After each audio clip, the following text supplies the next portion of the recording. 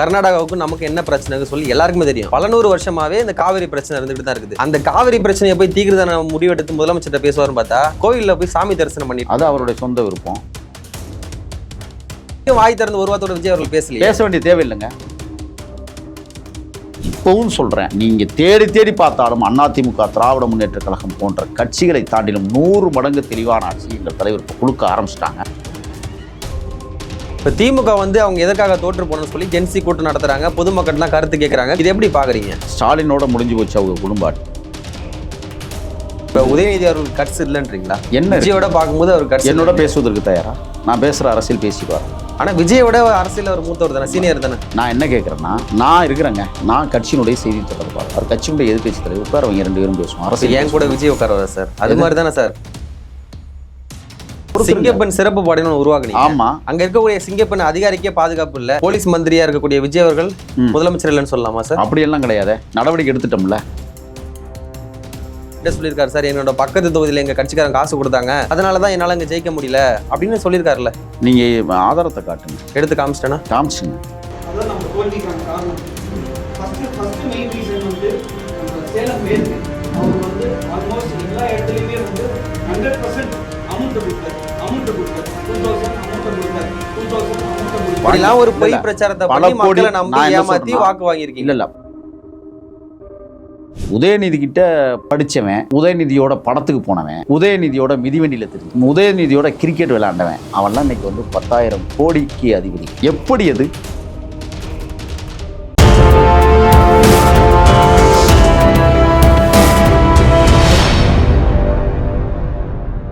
Youth Tamil உடற்பு நேயர்களுக்கு அன்பு வணக்கம். இன்றைய சிறப்பு நேர்காணல் நம்மோடு இணைந்திருப்பவர் தமிழக வெற்றி கழகத்தினுடைய மாநில செய்தி தொடர்பாளர் திரு முகில் வீரப்பனார் அவர்கள். வணக்கம் அண்ணா. வணக்கம். எப்படி இருக்கீங்க? நலமா இருக்கேன். இப்போ 2 நாள் வந்து டெல்லி பயணமா போயிட்டு வந்தாங்க சார். போனவங்க நேராக கர்நாடகா போயிருக்காங்க. கர்நாடகாவுக்கு நமக்கு என்ன பிரச்சனை சொல்லி எல்லாருக்குமே தெரியும். பல நூறு வருஷமாவே இந்த காவிரி பிரச்சனை இருந்துகிட்டு தான் இருக்குது. அந்த காவிரி பிரச்சனையை போய் தீர்க்கிறதான முடிவெடுத்து முதலமைச்சர்கிட்ட பேசுவார்னு பார்த்தா கோவிலில் போய் சாமி தரிசனம் பண்ணி, அது அவருடைய சொந்த விருப்பம். சொந்த விருப்பம் தான். எந்த கோயிலுக்குனா போகலாம், தரிசனம் பண்ணலாம். தமிழ்நாட்டு மக்கள் உங்களை ரெப்ரசன்ட் தேர்ந்தெடுத்திருக்காங்க, நீங்க சிஎம்மா இருக்கீங்களா? இங்க பிரச்சனை போயிட்டு இருக்குல்ல. நிதி ஆயோக் கூட்டத்திலேயே காவிரி நதிநீர் பிரச்சனை பற்றி ரொம்ப தெளிவாக சார் மேகதாது அணை நான் கட்டியே தீர்வுன்னு சொல்லிட்டு சிவகுமார் முதலமைச்சர் சவால் விடுறோம். கட்டட்டும் பாப்போம். நீர்வளத்துறை அமைச்சரை சந்திச்சு மனு கொடுத்துட்டாங்க. கட்டட்டும் பாப்போம் தான் நான் சொல்றேன். எந்த நதி ஒரு இடத்தில் உருவாகிறதோ அது அவனுக்கு சொந்தம் இல்லை, எந்த நதி ஒரு இடத்தில் சேருகிறதோ அவனுக்கே சொந்தம். உலகளாவிய நிதி அமைச்சர், இது உலகளாவிய சட்டம். மத்திய நிதி அமைச்சர் இந்த உலகளாவிய சட்டத்தை ஒருபோதும் இந்தியா அனுமதி நாங்க நம்புறோம். இது வரைக்கும் வாய் திறந்து ஒரு வாரத்தோட விஜய் அவர்கள் பேச வேண்டிய தேவையில்லைங்க. செயல்படுத்துவீங்களா? நாங்க செயல்படுத்துவோம். அவங்க அணை கட்டியே தீர்வுன்னு சொல்றாங்களா? ஆனா கட்டட்டும் பாப்போம்ங்கறேன். இல்ல அது குறித்து நீங்க அவங்க கிட்ட ஆலோசனை அணை கட்டட்டும்ங்க, நாங்க பாத்துக்கிறோங்க. இந்த மக்களுக்கு எப்படி அப்புறம் என்னது சார் பார்க்க போறீங்க? கட்டினா தானே, கட்ட விட்டா தானே. மேகதாதுக்கு நீங்க போயிருக்கிறீங்களா? நான் போயிருக்கிறேன். மேகதாது எவ்வளவு குறுகலான பகுதின்னு உங்களுக்கு தெரியுமா? எத்தனை மலைகளுக்கு இடையில இருக்குன்னு தெரியுமா? சொல்லுங்க. ஒகனைகளுக்கும் மேகதாதுக்கும் கிட்டத்தட்ட 160 கிலோமீட்டர் விடயங்கள் இருக்கு. 62வது கிலோமீட்டர்ல மேகதாதுவை கட்டுறங்கிறான் தமிழ்நாட்டிலேருந்து. நான் என்ன கேட்குறேன்னா, மேகதாதுங்கிறது சாதாரண விஷயம் இல்லை. அவன் அவ்வளவு சீக்கிரமெல்லாம் அந்த தண்ணியை மறித்து மலைகளை குடைஞ்சு கட்டுறதுக்கு வாய்ப்பு இல்லை. நீ கட்டு, இன்னொரு வீரப்பெண்கள் உருவாவார். இதான் நடக்கும் தமிழ்நாட்டில். நான் எழுதி வச்சுங்க. இது உருவாகலைன்னு நீங்கள் சொல்கிறத நான் கேட்குறேன். புரியுதுங்களா? ஆனாலும் அது போன்ற சம்பவங்களுக்கு தமிழக வெற்றி கழக ஆட்சி இடம் கொடுக்காது. கணிசமாக ஒன்று பேசினால் எல்லாம் முடிஞ்சுங்க. பகமையோடு இருந்த தங்க பேசவே மாட்டாரு சார். உங்க தலைவர் பேசுவாங்க. எங்க தலைவர் பிரஸ் மீட் கொடுக்கறதுல என்ன பிரச்சனை? நான் என்ன ஒரு பிரஸ் மீட் கொடுக்கறதுல என்ன சிக்கல், என்ன பிரச்சனை? கொடுக்காம இருக்கிறதுல என்ன பிரச்சனை? ஜெயலலிதா கொடுக்கல, பிரதமர் மோடி அவர்கள் கொடுக்கல, அதனால உங்க தலைவரும் கொடுக்க மாட்டாங்களா? அதெல்லாம் போய் கேளு. அவங்க சரியில்லை சார், நீங்களும் சரியிட்டு இருக்க மாட்டீங்களா? ஆமா, சரியில்லாத கிட்ட உண்மை நேர்மை சரியில்லாதவர் தான் 3-5 ஆண்டுகள் ஆண்டு கிட்ட உண்மையும் நேர்மை இருந்துச்சுன்னா நம்ம யாருக்குமே பயப்பட வேண்டிய அவசியம் இல்லை. நான் கேட்கிறேன், பத்திரிகையாளர்கள சந்திப்புங்கிறது நான் அவர்களை குறைச்சி மதிப்பு இல்லை. அதுல ஒரே ஒரு செய்தி தான், நேர்மையான பத்திரிகையாளர் எத்தனை பேர்? பாதிக்கு பாதி நேர்மை இல்லாதவங்க இருக்காங்க. அப்புறம் என்ன? ஆனா பாதி நேர்மையான அதை பத்தி பேசுங்க. எந்த நேர்மையாளர்கிட்ட நாங்க எங்க தலைவர் நேர்மையா வந்து நீங்க அங்கீகரிக்கப்பட்ட ஊடகத்தை கூப்பிடுங்க. அதுல வந்து நல்ல நாங்க எதையும் அங்கீகரிக்கல. ஊடக சுதந்திரம்ங்கிறது இந்த நாட்டிற்கு தேவை. எவன் உருப்படியா இருக்கான்? இந்த தேர்தலுக்கு முந்தி எல்லா ஊடகவியலாளரும் என்ன பண்ணான்னு உங்களுக்கும் தெரியும், எனக்கும் தெரியும். எவன் நேர்மையா இருந்தான்? நான் கேட்கிறேன். 100% விழுக்காடு நேர்மையற்றவர்கள் தான் நிருபர்களாக இருந்தார். எல்லாம் காசு. இப்போ ஒண்ணு சொல்றேங்க. ஆனாலும் கூட இருங்க நான் ஒண்ணு சொல்றேன். இப்போ நான் ஒரு பத்திரிகையாளர் சந்திப்பு நடத்துகிறேன். கவர் போட்டால் தானே என்னை காட்சிப்படுத்துவான். கவர் கொடுக்காம இருந்தா அதுக்கு பேர் என்ன சார்? கவர் வந்து இருங்க எல்லா இடத்துலையும் நடக்குதுங்க. இவங்களுக்கு போய் பேட்டி கொடுக்கணுமா என் தலைவன்? கவர் கொடுத்து தான் பேட்டி கொடுக்கணும். நீங்க சொல்றது ஒரு பக்கம் இருந்தாலும் இப்ப கடந்த ஆட்சியில ஸ்டாலின் அவர் கொடுத்திருக்காங்க, கருணாநிதி அவர் கொடுத்திருக்காங்க, அவங்க கொடுப்பா ஊழலை எல்லாருமே கொடுத்திருக்காங்க. நீங்க கொடுக்கறது என்ன சிக்கல் வரும்போது? காமராஜர் கொடுத்திருக்காங்க. இல்ல நான் என்ன சொல்றேன், ஆமா காமராஜர் எப்படி தனுஷ்கோடி அழியும் போது 4 நாள் கழிச்சு தான் காமராஜருக்கு தகவல் தெரியும். அது தெரியுமா உங்களுக்கு? உங்க கொள்கை தலைவர் சார் அவரு. இருக்கட்டும், அன்னைக்கு சாதனங்கள் இல்லை, அவர் எப்படி பேட்டி கொடுக்க முடியும் சொல்லுங்க பார்ப்போம். நீங்க எதை வேணாலும் பேசிட முடியாது. 1962 ஜனவரி டிசம்பர் மாதம் 24ஆம் தேதி தனுஷ்கோடி அழிஞ்சதுக்கு பிறகு 4 நாட்களுக்கு பிறகுதான் காமராசருக்கு மட்டும் இல்லை, அன்னைக்கு ஆண்ட பக்தோசலத்துக்கும் தெரியும். நீங்கள் ஒரு விஷயத்தை நல்லா தெரிஞ்சுக்கணுங்க, ஊடகவியலாளரை சந்திப்பது என்பது மட்டுமே தமிழ்நாட்டை சீர்திருத்தம் செய்ய முடியாது. சந்திக்காம இருந்தும் சீர்திருத்தம் பண்ணலாம். அதைத்தான் இப்போ நான் கேட்குறேன். எங்கள் அமைச்சர் மாண்புமிகு பிரபு அவர்கள் தென் மண்டலங்களில் எல்லா குவாரிகளையும் மூடுவதற்கு உத்தரவிட்டார். நெருக்கி இன்னைக்கு மூடிக்கிட்டே இருக்காங்க. இப்போ நமது வலையொலித்தளத்தின் வாயிலாகவும் நான் சொல்கிறேன், இன்னும் நாங்கள் மேற்கு மண்டலத்தில் குறி வைக்கல எங்கள் அமைச்சர் அவர்கள். அண்மையில் நான் ஒரு மாவட்டத்தில் சுற்றுப்பயணம் போயிட்டு வரேன், ராணிப்பேட்டை மாவட்டம், வெளிப்படையாக பேசுகிறேன். காந்தி என்கிற ஒரு திமுக புள்ளி, அயோக்கியன், சட்டமன்ற உறுப்பினராக இருந்தவன், அமைச்சராக இருந்தவன், பொறுமையில் தான் பேசுவேன். கொள்ளையடிச்சவனுக்கெல்லாம் நான் மரியாதை கொடுக்கல, என் தலைவனே கூப்பிட்டு கேட்டாலும் அப்படி தான் பேசுவேன். இன்னைக்கு அங்கே போய் பாருங்கள், நினைவு சின்னம் போல ஒரு மலையை வெட்டி குடைஞ்சிட்டு கோபுரம் மாதிரி ஒரு பாறையை வச்சிருக்கான் என்றால் இன்னும் கொள்ளை நடந்து கொண்டிருக்கிறது. இதை நாங்கள் சரி செய்ய வேண்டிய இடத்தில் இருக்கிறோம். ஒவ்வொன்றாவது எங்கள் அமைச்சர் இரவு பகல் பாராமல் உழைச்சிட்டு இருக்காங்க. இன்னைக்கு நான் சொல்கிறேன், நம்ம பேசிகிட்டு இருக்கிறோம். தம்பி ரமேஷ் ஏதோ ஒரு கோயிலில் போய் நின்றுக்கிட்டு இருக்கான் மதுரைக்குள்ள. எப்படி என் தம்பி ரமேஷ் அவருடைய செயலாற்றல், அவருடைய செயலாக்கங்கள் எவ்வளவு தீவிரப்படுத்தப்பட்டிருக்கிறது. இப்போ இன்னைக்கு பேட்டி தம்பி ரமேஷ் கொடுத்துருக்காங்க. ஒருத்தரையும் விட மாட்டேன். நேற்றைய தினம் என்ன செஞ்சாங்க, யார் டெண்டர் டிஸ்மிஸ் பண்ணு, யூனிஃபார்ம் கொடுக்காத, டெண்டர் தேவையில்லைன்ட்டார். இந்த அணுகுமுறை எந்த அமைச்சர்கிட்ட இருந்துச்சு? இதுக்கு முன்னாடி இருந்தாரே 3000 கிலோ தங்கத்தை கொள்ளையடித்து கொண்ட சேகர்பாபு என்கிற ஒரு ரவுடித்துறை எம்எல்ஏ இப்போ இருக்கிறாரு. எப்போ நாங்கள் சரி பண்ணுறது? இதெல்லாம் 3000 கோடி தங்கம் காணாமல் போனதாக குற்றச்சாட்டு இருந்திருக்குல்ல. அதிகாரிகள் ஒரு பக்கம் ரைடு நடத்துறாங்க, சம்மந்தமே இல்லாம கட்சியோட நிர்வாகிகள் போய் அவங்க ரைடு நடத்துறாங்க. அது என்ன முறையில் இருக்கும்? யாரும் ரைடு நடத்தலை, மருத்துவமனையில் போய் ரைடு நடந்துச்சு. அது நடந்துச்சு, கட்சி கூப்பிட்டு சொல்லி. இன்னொன்று தெரியுமா, அவங்க மருத்துவர் அணி பாசறை தலைவர். மருத்துவர் அணி பாசறைனா கட்சியினுடைய மருத்துவர் அணி நீங்க கொண்டு போய் ஒரு அணியா போடுங்க, முகாம் நடத்துங்க, ஒரு செய்தி. அதை விட்டுட்டு நீங்க கவர்மெண்ட் ஹாஸ்பிட்டல் நீங்க அதற்கும் கட்சி தலைமை கூப்பிட்டு அவங்கள வார்ன் பண்ணிருக்கு, நீங்க போகக்கூடாது என்று சொல்லியிருக்கு. இன்னைக்கு அவங்க யாரும் போகலையே, கட்சி உடனடியே தலையிடுத. இப்ப நான் இருக்கிறேங்க, நான் ஏதாவது தப்பான வார்த்தைகள் சொல்லிட்டா என் கட்சியை என் மேல கூப்பிட்டு கேட்கும், ஏன் இதை பேசுனீங்கன்னு கேட்பாங்க. அதுக்கான காரணத்தை நம்ம சொல்ல போறோம். இப்பவும் சொல்றேன், நீங்க தேடி தேடி பார்த்தாலும் அதிமுக, திராவிட முன்னேற்ற கழகம் போன்ற கட்சிகளை தாண்டிலும் 100 மடங்கு தெளிவான ஆட்சி எங்கள் தலைவர் இப்போ கொடுக்க ஆரம்பிச்சிட்டாங்க. இன்னும் ஒரு மாசத்துக்கு பிறகு நீங்க உங்களுடைய நிர்வாகிகளும் தொண்டர்கள் தான் சொல்றீங்க தவிர பொதுமக்கள் பரவாயில்ல தாவேக்கா ஆட்சின்னு யாருமே சொல்லலையே சார். எல்லா பொதுமக்களும் அமைதியாக இருக்காங்க. என்ன காரணம் தெரியுமா? டைம் கொடுக்குறாங்களா? டைம் கொடுக்குறாங்க. எவ்வளவு நாள் இந்த டைம் எடுத்துப்பீங்க? நாங்க எப்பதான் உங்களுக்கு கேள்வி கேட்கலாம். இப்போ என்ன சொல்றீங்கன்னா, எந்த கேள்வி கேட்டாலும் 1 மாசம் தாங்க ஆயிருக்கும், இப்பதாங்க நாங்க பிறந்த குழந்தை மாதிரி. எப்படியும் நீங்க வைகோ சொல்லியிருக்கிறார், 6 மாத காலம் ஆகிவிடும் இதெல்லாம் சரி பண்றதுக்குன்னு சொல்லியிருக்கிறார். அவ்வளவு மாபெரும் மகத்தான தலைவர், அனுபவம் வாய்ந்த ஒரு தலைவரே சொல்லியிருக்காங்க. 6 மாத காலம் இந்த ஆட்சி கட்டமைப்பதற்கே ஆகும். ஏன்னா அவ்வளவு பிரச்சனைகள் இருக்குங்க, அவ்வளவு கோளாறுகள். அது வரைக்கும் இந்த கூட்டணி கட்சிகள் உங்ககிட்ட தாக்கு பிடிப்பாங்களா? ஏன் இந்த கூட்டணி கட்சியில் ஏன் தாக்கு? கூட்டணி கட்சியில் இன்றைக்கு அவர்களும் சேர்ந்து தானே ஆளுகிறார்கள். அவர்களுக்கு தெரியாதா என்ன? இன்னைக்கு தோழர் வன்னியரசு அவர்கள் 65 ஆண்டுகளுக்கும் மேலாக பேருந்தையே பார்க்காத ஒரு மலைக்கிராமத்திற்கு இன்னைக்கு பேருந்தை இயக்கியிருக்கிறாங்க. தீண்டாமை ஒழிக்கப்படும் என்று சொன்ன இடத்துல கொண்ட பேருந்தை நிறுத்தி வச்சிருக்கிறார்ல, எப்படி சாத்தியம்? இன்னைக்கு கணக்கெடுப்பு நடந்து கொண்டிருக்கிற சாதிச்சுவர்கள் எங்கே இருக்கிறது, சாதி தடுப்புச்சுவர்கள் எங்கே இருக்குது, எல்லாம் வர்றதை பார்த்து கொண்டிருக்கிறாங்களா? இதே வன்னியரசு தோழர் அமைச்சர் அவர்கள் மீனவர்களுக்கும் பறையர்களுக்கும் நடக்கிற ஒரு சின்ன பிரச்சனை, அதில் என்ன சொன்னாங்க, கொரோனா காலத்தில் கொண்டாந்து நிறுத்தப்பட்ட படகுகளை தொடர்ந்து மயான பூமியில் நிறுத்துகிறார்கள், புதைப்பதற்கு இடமில்லாமல் தடுமாறுகிறோம் என்று சொல்லி ஒரு பிரச்சனையை உருவானுச்சு. அந்த பிரச்சனையை உடனடியாக களத்திற்கு சென்று நேரடியாக இன்றைக்கி அங்கே அந்த படகுகள்லாம் எடுக்கப்பட்டிருக்குல்ல, அந்த மக்களுக்கு சுடுகாடை விட்டு கொடுத்துருக்குறோம். இதெல்லாம் யார் செஞ்சது? இன்றைக்கி ஒவ்வொன்றா தானே செய்ய முடியும். ஒட்டுமொத்தமாக எப்படி நீங்கள் சொல்கிறது எப்படின்னா, இப்போ சமத்துவபுரம் இருக்குது, யார் உருவாக்குனது? கருணாநிதி உருவாக்குனா. சமத்துவ சுடுகாடு எங்கே? அந்த சமத்துவ சுடுகாட்டிற்காக எங்கள் தலைவர் இன்னைக்கு போராடிட்டு இருக்கார். என்ன பண்ணலாம், என்ன திட்டங்களை கொண்டு வரலாம், இது சமத்துவமாக இருக்கணும். சுடுகாடுகள் கூட சாதாரண திட்டங்கள் இல்லைங்க. 2000 ஆண்டுகளாய் புறையோடி கிடக்கிற இந்த சனாதன கும்பல்களுக்கு மத்தியில் ஒரு சமத்துவத்தை உருவாக்க வேண்டுமானால் தன்னையே தனலாக்கி கொண்டு தான் போராட வேண்டியதாக இருக்குது.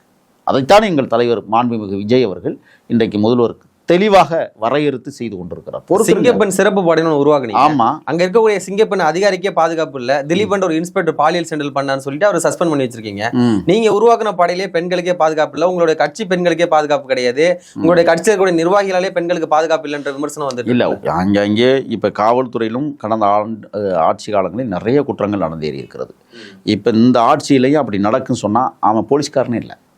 இவ்வளவு பெரிய சிறப்பு வாய்ந்த படையை உருவாக்க அந்த போலீஸ் மந்திரியா இருக்கக்கூடிய விஜய் அவர்கள் முதலமைச்சர் இல்லைன்னு சொல்லலாமா சார்? அப்படி எல்லாம் கிடையாது. நடவடிக்கை எடுத்துட்டோம்ல. போன ஆட்சி போல கட்டிங் வாங்கிட்டு காசை வாங்கிட்டு கண்டுக்காம விட்டோமா என்ன? உடனடி நடவடிக்கை. ஒரே ஒரு தவறு எல்லா இடத்துலையும் நடக்குங்க. தவறுக்கான தண்டனையை உடனடியாக கொடுக்கறதாங்க ஒரு அரசனுடைய தீர்ப்பு. அதைத்தான் நீதிமன்றம் செய்வாங்களா? ஆமா, நீதிமன்றத்திற்கு அரசு வழக்கறிஞர்களை நியமித்து தெளிவான வரையறையை உருவாக்கி அரசு வழக்கறிஞர்கள் என்ன விவாதங்களை வைக்கிறார்களோ அந்த விவாதத்தின் அடிப்படையில் இன்னைக்கு தீர்ப்புகள் கொடுக்கப்பட்டு கொண்டிருக்கிறது என்பதற்கு சாட்சி எங்களுடைய ஆட்சி. இப்போ திமுக வந்து அவங்க எதற்காக தோற்று போனோம்னு சொல்லி ஜென்சி கூட்டம் நடத்துறாங்க, பொதுமக்கள்லாம் கருத்து கேட்குறாங்க, கட்சி நிர்வாகிகள் அமைச்சு ஒரு குழு மாதிரி ஒன்று நியமிச்சு நம்ம எதனால தோற்று போனோம், மறுபடியும் ஆட்சி அமைக்கிறது என்ன செய்யணும்னு சொல்லி திட்டம் போட்டுட்டு இருக்காங்க. இது எப்படி பாக்குறீங்க? ஸ்டாலினோட முடிஞ்சு போச்சு அவங்க குடும்ப ஆட்சி. இதுக்கு மேலே அவங்க ஆட்சியெல்லாம் வர்றதுக்கு பகல் கனவு கண்டாலும் நடக்க. உதயநிதி அப்புறம் எதிர்கட்சியாக இருக்காரு, அடுத்து வாய்ப்பு இருக்குல்ல சார் வருது? அது காசு கொடுத்து வந்த எதிர்கட்சி தலைவர். மக்களுக்கு 2000 5000 கொடுத்து வெற்றி பெற்றது ஒரு வெற்றியா? இப்போ தாவேக்கா வந்து காசு கொடுக்கு எங்கே கொடுத்துருக்கு? தாவேக்காவுடைய எம்எல்ஏ கேண்டிடேட் சொல்லியிருக்காரு சார், என்னோட பக்கத்து தொகுதியில் எங்கள் கட்சிக்காரன் காசு கொடுத்தாங்க, அதனால தான் என்னால் இங்கே ஜெயிக்க முடியல அப்படின்னு சொல்லியிருக்காருல்ல. நீங்கள் ஆதாரத்தை காட்டுங்க. எடுத்து காமிச்சிட்டேன்னா? காமிச்சிருங்கன்னு சொல்கிறேன். ஏன்னா எங்களுடைய இல்லை உங்கள் கட்சி நிர்வாகிகளே காசு கொடுத்தது அவங்களே வெளிப்படையாக சொல்லியிருக்காங்க. சொல்லுங்க, சாப்பாடு கொடுத்துருப்பாங்க, அது குற்றமா? வேலை செஞ்சவங்களுக்கு சாப்பாட்டுக்கு கொடுக்குறதும் பெட்ரோல் போடுறதுக்கும் காசு கொடுக்குறது இயல்பு. ஆனால் ஓட்டுக்கு காசு கொடுக்குறது என்பது வேறு. ஓட்டுக்கு எங்கே காசு கொடுத்துருக்காங்க சொல்லுங்க. உங்கள் நிர்வாகி பேசுனதை எடுத்து காமிக்கிறாரு. அதான் நம்ம தோல்விக்கான காரணம். ஃபர்ஸ்ட் மெயின் ரீசன் வந்து நம்ம சேலம் மேற்கு அவர் வந்து ஆல்மோஸ்ட் எல்லா இடத்துலையுமே வந்து 100% அமௌண்ட்டை கொடுத்தார். 2000 அமௌண்ட்டை கொடுத்தார். அதனாலேயே நமக்கு வந்து கடைசி 2 நாள் டோட்டலாக டேமேஜ் ஆச்சு. இல்லை பார்த்தீங்களா சார், அவங்க பேசியிருக்காங்க. இல்லை, அதாவது எங்கேயாவது ஏதாவது ஒரு தொண்டன் பேசியதெல்லாம் பிரதிபலிச்சு. தொண்டன் கிடையாது சார், நீங்கள் நிப்பாட்டின கேண்டிடேட் பார்த்து நான் நிப்பாட்டுன்னு சொன்னார்ல உங்கள் தலைவர், அப்படி பார்த்து நிப்பாட்டினவர் தான் பேசுகிறார். அப்போ அவர் போய் பேசுகிறாருன்னா அப்போ எப்படி நீங்களே சொல்லுங்கள். நீங்கள் எங்களுடைய வேட்பாளர் இருக்கா எல்லாம் வறுமையில் பிறந்தவன். அப்போ காசு வாங்கலாம், தப்பு கிடையாது. இல்லை, காசு யார்கிட்ட போய் வாங்கிப்பான்னு நீங்கள் நினைக்கிங்க? கொடுக்குறது ஏங்க செலவழிக்கு சோத்துக்கே வழி இல்லாமல். நான் ஒன்று சொல்லவா, இன்றைக்கி எங்களோட இந்து சமய அறநிலையத்துறை அமைச்சர் ரமேஷ் அவர்கள் எவ்வளோ தூரம் அந்த தொகுதியில் கஷ்டப்பட்டார் சாப்பாடு வாங்கி கொடுக்குறதுங்கிறது எங்களுக்கு தெரியும். நான் கண்கூட பார்த்தேன். ஒன்று. ரெண்டாவது, இப்போ நம்ம கல்வித்துறை அமைச்சர் மாண்புமிகு மரியாதைக்குரிய என்னுடைய இளவல் ராஜ்மோகன் அவர்கள் எவ்வளவு சிரமப்பட்டு அந்த தேர்தலை எப்படா அந்த தேர்தல் வரும்னு நினச்சி செலவழிச்சிக்கிட்டு இருந்தாங்க. ஏன்னா கடனை வாங்கி செலவழித்து தான் களத்திற்கு நின்று இன்றைக்கி வெற்றி பெற்றிருக்காங்க. ஒன்று உங்களுக்கு தெரியும்னு நினைக்கிறேன். பெரிய காண்டருசியானது என்னென்னா, நானும் தம்பி லயலாமணியும் தம்பி ரமேஷும் ஸ்ரீரங்கம் தொகுதியில் பிரச்சாரம். ரமேஷ் அழுகிறாப்புல. லயலாமணி தம்பி என்ன செய்கிறாருன்னா ஆறுதல் படுத்துகிறார். அந்த காட்சி நீங்கள் பார்த்துருப்பீங்க, பெரிய வைரலானது. நான் சொன்னேன், கூழ் குடிக்கலான்னு ஆசை, ஆனால் அம்மா விற்றுக்கிட்டு இருக்கு. ஓட்டு கேட்டுக்கிட்டு போகும்போதே சொல்கிறேன் நான். உடனடியாக தம்பி ரமேஷ், அண்ணா கூழ் தானே குடிக்கணும், வாங்கினேன் இறங்குனேன். அன்னைக்கு காலை உணவே எங்களுக்கு கூடும் எல்லாருக்கும். அதை கொடுப்பதற்கு பணம் இல்லை. எவ்வளோ சிரமப்பட்டு வெற்றி பெற்று வந்திருக்காங்கிறத நீங்கள் புரிஞ்சுக்கணும். யாராவது ஒருத்தன் செலவழிச்சிருக்கலாம், இல்லைன்னு சொல்லலை. அஃபிடேவிட்டில் அவருக்கு எத்தனை பவுன் நகை இருந்துச்சு, கார் இருந்தது, அவருக்கு எவ்வளோ சொத்து இருந்ததுன்னு சொல்லி எல்லாருமே பார்த்தோம். கூழ் வாங்கி தர கூட காசு இல்லைன்னு சொன்னீங்கன்னா இது எப்படி ஏற்றுக்க முடியும்? வீட்டை அடமானம் வைத்து தான் தம்பி ரமேஷ் களத்தை அவரோட அஃபிடேவிட் எடுத்து கூட நான் போடுறேன், ஒன்றும் பிரச்சனை. அவருக்கு வந்து கிட்டத்தட்ட 56 பவுனுக்கு மேலே நகை இருக்குது. எவ்வளோ அவருக்கு காசு வச்சுருக்காங்க? நான் என்ன கேட்குறேன்னா, நல்லா யோசிச்சு பாருங்கள். நகைங்கிறது மனைவி கொண்டு வந்த நகையா இருக்கும். இவர் சம்பாரிச்சது அவருக்குன்னு தனியா சொத்து இருக்கு. இருங்க, இதே ராஜ்மோகன் அவர்கள் எனக்கு வீட்டுக்கு வாடகை கொடுக்கவே நான் காசு இல்லைன்னு சொன்னவரு, அவருக்கு வீடு இருக்குது, கார் இருக்குது, அவருக்கும் சொத்து மதிப்புகள் இருக்குது. அவர் ஒரு பொய் பிரச்சாரத்தை பண்ணி மக்களை நம்பி ஏமாத்தி வாக்கு வாங்கியிருக்கீங்க. இல்ல பல கோடி ரூபாய் சொத்துள்ள வேட்பாளர்கள் யாரும் இல்லைங்க. சில லட்சங்களை வைத்திருக்கிற வேட்பாளர்கள் தாங்க அதிகம். பல பேர் கோடிக்கணக்கில் சொத்து வச்சிருக்காங்க சார். இல்லை அது இருக்கலாம், அவங்க சொந்த உழைப்பாடு. நிப்பாட்டினதே ஃபுல் அண்ட் ஃபுல் நீங்கள் வந்து பண செல்வாக்குள்ளவங்க தான் நிப்பாட்டுறீங்கன்ற குற்றச்சாட்டு கூட வந்திருக்கு. அப்படிலாம் கிடையாதுங்க. இல்லைங்களா? இல்லை, 100% நான் சொல்கிறேன். நீங்கள் உங்களுக்கு வாய்ப்பு ஏன் சார் கொடுக்கப்படல? நீங்கள் ஏன் நின்று இருக்கலாம்ல சார்? இல்லை, அது தலைமை முடிவெடுக்கிறது. நான் முடிவு நீங்கள் கேட்டிங்களா? நம்ம கேட்டோம், தலைமை முடிவெடுத்திருக்கு. எந்த தொகுதி கேட்டீங்க? இல்லை, புதுக்கோட்டை மாவட்டம் ஆலங்குடி தொகுதி நம்ம கேட்டோம். நிச்சயமாக நம்ம நின்றுருந்தால் வெற்றி பெற்றிருக்க பெரிய வாய்ப்பு. இப்போ இந்த தொகுதி தோல்வி விட்டுட்டாங்க. ஆமாம், 13,000 ஓட்டு வாக்கு வித்தியாசத்தில் தோற்றுருக்கேன். அதுக்கு காரணம் என்னென்னா, முதல்ல அந்த தொகுதியில் நான் பிறந்தவன். ரெண்டாவது, அந்த தொகுதி வந்து முத்திரையர்கள் வந்து கிட்டத்தட்ட 28.6%. கொஞ்சம் பெரும்பான்மையாக இருக்கவங்க. பெரும்பான்மையாக. அங்கே பறையர்கள் வந்து 22.6% பேர் இருக்காங்க.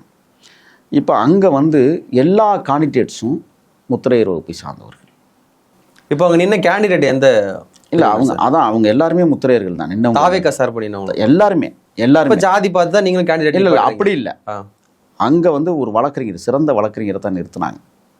அவர் ஜாதி பார்த்து நிப்பார்ல. நீங்கள் அப்படி ஜாதி பார்த்துருந்தா அவர் கொண்டாந்து லால்குடியில் போய். நீங்கள் தான் சொன்னீங்க 28% முத்திரையர். இருங்க, எதுக்கு சொல்ல வந்தேன்னா, அந்த வாக்கு சதவீதங்கள் எதுக்கு சொல்ல வந்தேன்னா, ஒரு 4 கட்சியிலிருந்து ஒரே சமூகத்து வேட்பாளரை நிறுத்தி களத்தை மோத சொன்னாங்க. ஆனால் அங்கே என்ன நடந்துச்சு தெரியுமா? ஓட்டுக்கு 5000 கொடுத்து தான் சிவமையநாதன் வெற்றி பெற்றார். ஆனால் அங்கே ஒரு மாற்று சமூகத்திலிருந்து கொண்டு வந்து ஒருத்தனை போட்டிருந்தா நிச்சயமாக விஜயனுடைய ஃபேன்ஸ் இருக்கிறாங்க. ஒரு அலை அடித்து கொண்டிருந்தது மாற்று சமூகத்திலிருந்து வாக்குகள் என்று ஒரு பெரிய பரிணாமத்தில் என் போன்றவர்கள் வெற்றி பெறுவதற்கான. இன்னொன்று, அது தமிழ் தேசிய களம். தேசிய தலைவன் தங்கியிருந்த களம். அண்ணன் சுபா முத்துக்குமார் உலாவிய இடம். எண்ணற்ற போர் மறவர்கள் புலிகள் வாழ்ந்த இடம். அப்போ நம்ம நின்றுனோம்னா அங்கே ஒரு பெரிய விடயமாக அடித்து வந்திருக்கலாம் அப்படிங்கிறது என்னுடைய பிரதிபலிப்பாக நான் அந்த தொகுதியை கேட்டேன். தலைமை வந்து என்ன முடிவெடுத்தாங்க, இப்படி முடிவெடுத்தாங்கன்னு எனக்கு தெரியாது. எனக்கு இல்லைன்னாங்க. நான் அதுக்காக வேலை செய்யாமல் இல்லை. நான் தமிழ்நாடு முழுக்க சுற்றி வந்தேன். தமிழ்நாடு முழுக்க எல்லா வேட்பாளர்களுக்கும் போய் பேசிக்கிட்டு இருந்தேன். என் தலைவன் இன்னைக்கு விஜய் அவர்களுடைய 2 தொகுதியிலுமே நான் பிரச்சாரம் பண்ணியிருக்கேன். இப்போ அடுத்து திருச்சி கிழக்கு உட்பட 5 தொகுதியில் இடைத்தேர்தல் வரப்போகுது. தாவேக்கா சார்பாக யார் போட்டிட்டு நிறுத்த போகிறாங்க? உங்களை நம்பி 4 எம்எல்ஏ கூட வந்திருக்காங்க. மறுபடியும் அவங்க வாய்ப்பு கொடுக்கப்படுமா, இல்லை உங்களோட கட்சி சார்ந்தவங்களே நிப்பாட்ட வாய்ப்பு இருக்குமா? அது எங்கள் தலைவர் முடிவெடுப்பார், தெளிவான முடிவெடுப்பார். பொறுத்துருங்க. நான் இன்னும் ஒரு 4 மாதம் இருக்குல்ல தேர்தலுக்கு.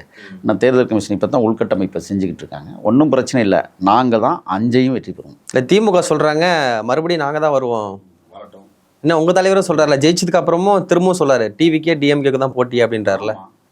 உதயநிதி அதுக்கப்புறம் அவருடைய லீடர்ஷிப்பை கொண்டு போக முடியாதா சார்? வாய்ப்பே இல்லைங்க. கரையான்லாம் போய் கட்டில் படுக்க முடியுமா சொல்லுங்கள்? அதுக்கு ஒரு தகுதி இருக்குங்க. அதுக்கு ஒரு கட்ஸு வேணும் அந்த இடத்துல உட்கார்றதுக்கு. அதுக்காக ஸ்டாலினுக்கு ஒரு பெரிய கட்ஸ் இருக்குன்னா நான் சொல்ல வரல. இதெல்லாம் வந்து உதயநிதி அவர்களுக்கு கட்ஸ் இல்லைன்றீங்களா? என்ன விஜயோட பார்க்கும்போது அவர் கட்ஸ் என்னோட பேசுவதற்கு தயாரா? நான் பேசுகிற அரசியல் பேசிடுவாரா? ஆனால் விஜயோட அரசியல் ஒரு மூத்தவர் தானே, சீனியர் தானே. நான் என்ன கேட்குறேன்னா, நான் இருக்கிறேங்க, நான் கட்சியினுடைய செய்தி தொடர்பாளர், அவர் கட்சியினுடைய எதிர்கட்சி தலைவர். உட்காரவங்க 2 பேரும் பேசுவோம். அரசியல் ஏன் கூட விஜய் உட்கார சார்? அது மாதிரி தானே சார். அதாவது அதான் ஒரு தகுதின்னு சொல்கிறேன். விஜய் தன் இயல்பாக வந்த தலைவன். உதயநிதி அப்படி வந்தாரா தன் இயல்பா? சொல்லுங்கள் பார்ப்போம். நான் கருணாநிதி குடும்பத்தில் பிறந்தால் நான் தான் இன்றைக்கி முதலமைச்சர். அந்த வாய்ப்பு எனக்கு கிடைக்கல. ஏதோ ஒரு ஏழ்மை குடும்பத்தில் போய் பிறந்துட்டேன். உதயநிதி அப்படி வந்தாரா எங்கள் தலைவர் மாதிரி? அதுக்கெல்லாம் வாய்ப்பு இல்லை. நீங்கள் யாரை எங்கே கொண்டே ஒப்பிடுறீங்க சொல்லுங்கள் பார்ப்போம்.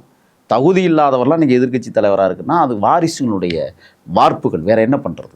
இந்த நாடு அப்படி இருக்கு. அவங்க தகுதியற்றவங்களாம் நீங்கள் முதலமைச்சராக சொல்கிறாங்க, நீங்கள் தகுதி இல்லாதவங்களாம் எதிர்கட்சி தலைவர் சொல்கிறீங்க. ஆமாம், ஓட்டுக்கு பணம் கொடுத்து ஜெயிச்சு வந்தவங்கலாம் எதிர்கட்சி தலைவராக இருக்காங்க. ஓட்டுக்கே பணம் கொடுக்காத என் தலைவன் முதலமைச்சராக இருக்கிறார். இதான் வித்தியாசம். வேறு என்ன சொல்ல வரீங்க? ஆக இன்னைக்கு உதயநிதியினுடைய விடயங்களை பற்றி பேசுவோமே ஆனால் பல லட்சம் கோடிகளை கொள்ளையடித்த கும்பல். அவரோட படித்தவன். ஆதாரம் வச்சுருக்கீங்களா? இருக்குது. எல்லாத்தையும் எல்லாம் வந்துக்கிட்டே இருக்குது. அதாவது ஆகாஷ் பாஸ்கர்லேருந்து நீங்கள் எல்லாரையும் எடுத்துக்கோங்க. உதயநிதிக்கிட்ட படித்தவன், உதயநிதியோட படத்துக்கு போனவன், உதயநிதியோட மிதிவண்டியில் தெரிஞ்சவன், உதயநிதியோட கிரிக்கெட் விளையாண்டவன், அவன்லாம் இன்றைக்கி வந்து 10,000 கோடிக்கு அதிபதிகள். எப்படி அது நான் கேட்குறேன். அப்போ இன்றைக்கி இந்த உதயநிதியினுடைய பையன், அவன் பேர் என்ன, ஏதோ ஒருத்தர் இருக்கிறானே, இன்பநிதின்னு. இப்போ அவன்கிட்ட படித்தவனு இனிமேல் 10,000 கோடிக்கு அதிபதியாக இருப்பான். வேமா அவங்க அப்பே முதல்வர் ஆனான். கலைஞர் டிவியோட சிஇஓ ஆகிட்டார். அவர் மேலே வருவாங்க. நான் இது எல்லாமே கைதாக போகிறான். உதயநிதி இப்போ கைதாக போகிறார். எழுதி வச்சுக்கோங்க. ஸ்டாலினே கைது செய்வதற்கு அனைத்து முகாந்திரங்களும் இருக்கிறது. ஒரே ஒரு செய்தி தான் நான் சொல்கிறேன். திமுக அமைச்சர்கள் எவனாக இருந்தாலும் நாங்கள் விட மாட்டோம். 3000 குல தங்கத்தை கொள்ளையடித்த சேகர்பாபுவும் கைது செய்யப்படுவார். அது மட்டும் இல்லை, வருவாய்த்துறையில் கோடிக்கணக்கான ரூபாயை கொள்ளையடித்த அந்த பொதுச் செயலாளர் துரைமுருகன் ஆகட்டும், ஏவாவேலு 16 கோடி ரூபாய் பாலம் காணாமல் போன சம்பவம்.